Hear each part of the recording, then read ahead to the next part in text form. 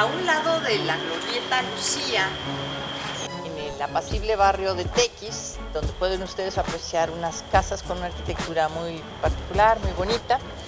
Y estamos en entrevista con la doctora María Teresa Quesada Torres, profesora investigadora del Colegio de San Luis, que se ha dedicado a estudiar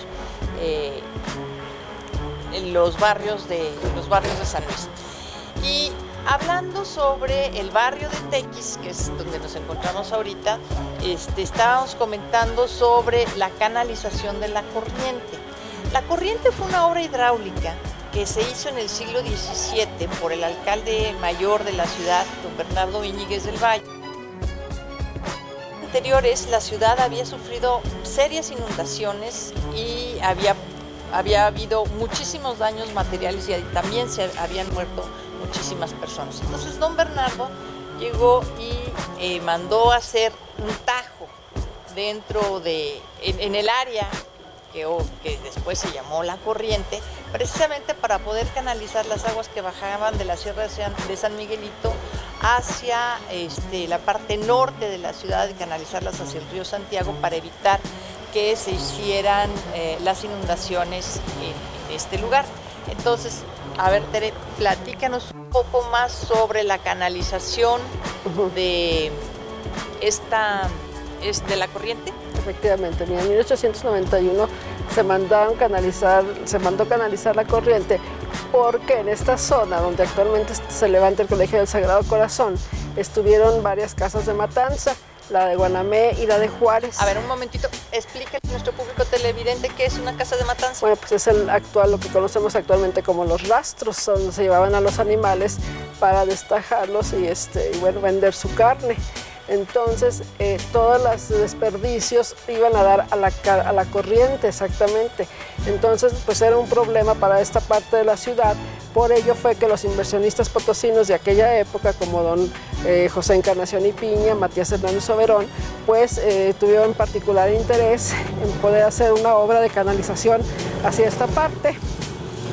Asimismo, donde ahorita está un estacionamiento y anteriormente estuvo la cancha Morelos, ahí estuvo el mercado Juárez, era un mercado estilo porfiriano de fierro, pero desapareció con el tiempo y la parte donde ahorita es el Centro Morelos, Escolar Centro Morelos y el Kinder La Estrellita, ahí estaba, a partir de 1852 se estableció la matanza municipal.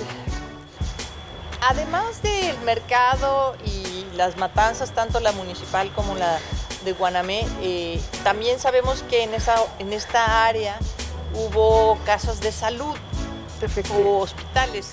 ¿Qué nos puedes platicar? Efectivamente, en 1888 se inauguró lo que hoy conocemos como la Sociedad de Beneficencia Española, que en un principio se abrió para hospital y también para asilo para españoles. Posteriormente, en 1891, se abre el Hospital Militar sobre el Callejón de Jalisco, lo que hoy es la calle de Cuauhtémoc, donde se levanta hoy en día la Escuela de Administración de Empresas, Contaduría y Administración, y ahí permaneció hasta 1974, en que se demolió la finca y se cambió el Hospital Militar exactamente a la zona militar, allá por la Avenida Juárez. Y más adelante, en 1935, se abrió la Clínica San Luis, donde hoy se levanta el Colegio Minerva. Esa clínica la abrió el doctor Juan H. Sánchez en colaboración con algunos otros doctores de San Luis y fue ya una clínica más moderna en cuanto a equipo y brindaba servicios para obreros. Pero cuando entró el Seguro Social, pues ya resultó incosteable y se vendió y la adquirió el Colegio Minerva. Sí, pero el Seguro Social llega hasta 1960, entonces durante buena parte del siglo XX dio un servicio importante a la comunidad. Pero a ver, volviendo sobre el primer hospital que mencionaste, la Beneficencia Española, la Beneficencia Española estaba en el mismo lugar que está hoy en día. Sí, es la casa que donó don Felipe Muriedas. Y entonces él la donó efectivamente para que fuera un hospital de asilo para españoles. Pero la casa, la beneficencia es muy amplia. Yo creo que ocupa más de una casa. Bueno, es que en los últimos años, recientemente se ha ampliado. Por varios años, digamos hasta los años 80, ocupó únicamente el edificio que conocemos aquí sobre la Avenida Carranza y posteriormente se ha ampliado por la calle Yarista, es donde han adquirido más fincas y es donde se ha estado ampliando. Bien, Tere, si pusiéramos en un plano cuáles eran los límites antiguos de Tequis, ¿de dónde a dónde llegaría Tequis? Bueno, en un documento que yo revisé en el Archivo Histórico del Estado, en el fondo del Ayuntamiento, encuentro en el siglo XIX que en un censo consideran el barrio de Tequis desde La Corriente hasta Escalerillas.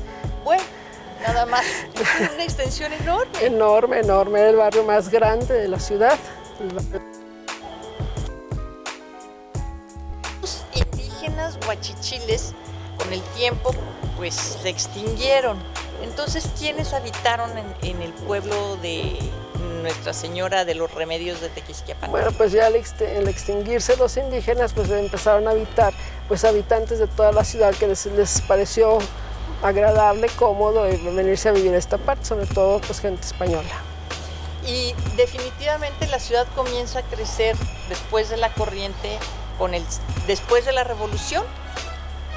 Pues sí, efectivamente empieza a extenderse después de la Revolución y por ejemplo el barrio de Tequis, aquí tenemos que hasta 1940 llegaba hasta la calle Juan de Oñate y lo demás ya eran solares hacia el poniente. Atrás de la Casa de la Cultura estaba lo que llamaban en aquel entonces el aeropuerto, exactamente quedaba sobre tierra suelta que hoy es la calle de Cuauhtémoc. Bueno, y mencionamos muy al principio que existían varias quintas, o sea, casas de campo en esta zona, pero ahí también estuvo la quinta, por ejemplo, la quinta La Primavera. ¿Tienes alguna información más sobre la quinta La Primavera? Yo tengo entendido que esa quinta de La Primavera estuvo sobre las primeras cuadras de La Corriente hacia el poniente, más o menos. En las primeras cuadras ahí estaba ubicada la quinta Primavera. ¿Y qué otras quintas importantes había en esta zona? Pero pues muy importante la quinta Vista Hermosa, casa de don Joaquín Mid, estaba la quinta Olavarría, que es donde ahorita está la calle Vallarta, estaba la quinta de los Barrenechea, enfrente de la quinta Vista Hermosa, y esas son de las que tengo conocimiento. Bueno, la quinta Vista Hermosa es lo que actualmente es el Museo Francisco Cosío, que hasta hace algunos años todos conocíamos con el nombre de Casa de la Cultura. Exactamente. Sí. ¿Y hasta dónde llegaba? Bueno, pues debía haber sido la parte que ocupa la Casa de la Cultura y algunos terrenos más sobre lo que ahorita ya es la calle Juan de Oñate. Bueno, y a ver, platícanos sobre el campo de aviación. Bueno, el campo de aviación no era más que tierra suelta y había 2 que 3 avioncitos y había un señor de apellido Herbert que tenía su avioncito y él a lo que se dedicaba los domingos era a dar paseos a las familias por una corta, una módica cantidad, daba paseitos y ahí era donde bajaban, no eran los aviones comerciales de ahorita, eran avioncitos y habría 2 que 3 en aquel tiempo. Bueno, y el campo de aviación, después de estar en esta zona, ¿a dónde lo pasaron? Pues lo pasaron sobre la calle Fray Diego de la Magdalena, enfrente de lo que es ahora el Panteón del Saucito. Actualmente ahí están las instalaciones del Parque Tangamanga 2. ¿Y hasta qué año estuvo ahí en el parque, en esta zona? Bueno, estuvo hasta durante el gobierno del licenciado Jongitud Barrios, se construyó el nuevo aeropuerto, entonces estamos hablando que ahí estuvo como hasta 1985, 86 más o menos. ¿Y los vuelos comerciales llegaban ahí? Sí, había vuelos de ya Mexicana, Aeroméxico, llegaron a ese aeropuerto ahí del que te estoy hablando, donde está el Parque Tangamanga 2. Yo me recuerdo en los años 70 de que al vuelo a la Ciudad de México se le decía la guajolota. O la chatarra, porque le decían la chata y era porque era un avión que estaba bastante chatarrudo, pero hacía el vuelo a la Ciudad de México. Muy bien. Y el aeropuerto Ponciano Arriaga pues, sí se inaugura en 1985, si mal no recuerdo. Exactamente. Está bien.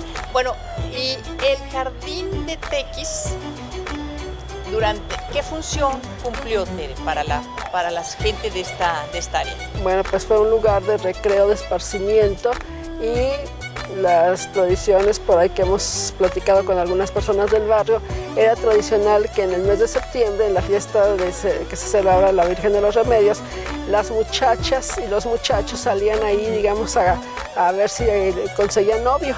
Entonces era tradicional que las muchachas tenían que dar la vuelta hacia la derecha y los muchachos daban la vuelta hacia la izquierda, y era tradición que les daban una flor a la muchacha que le gustaba, entonces la que más flores juntaba pues era la que más gustaba. Está bien, ¿no? Pues, ¿cómo van cambiando las situaciones? Y esto pues es tradición en los pueblos, o sea, hay muchos pueblos todavía donde uno puede ver los domingos por la tarde a los chicos caminando para un lado y a las muchachas caminando en el sentido contrario, pero son tradiciones que con la velocidad del tiempo actual se van perdiendo. Bueno, vamos a un corte y regresamos. No se olviden de enviarnos sus comentarios a las redes sociales que aparecen en pantalla. Muchas gracias.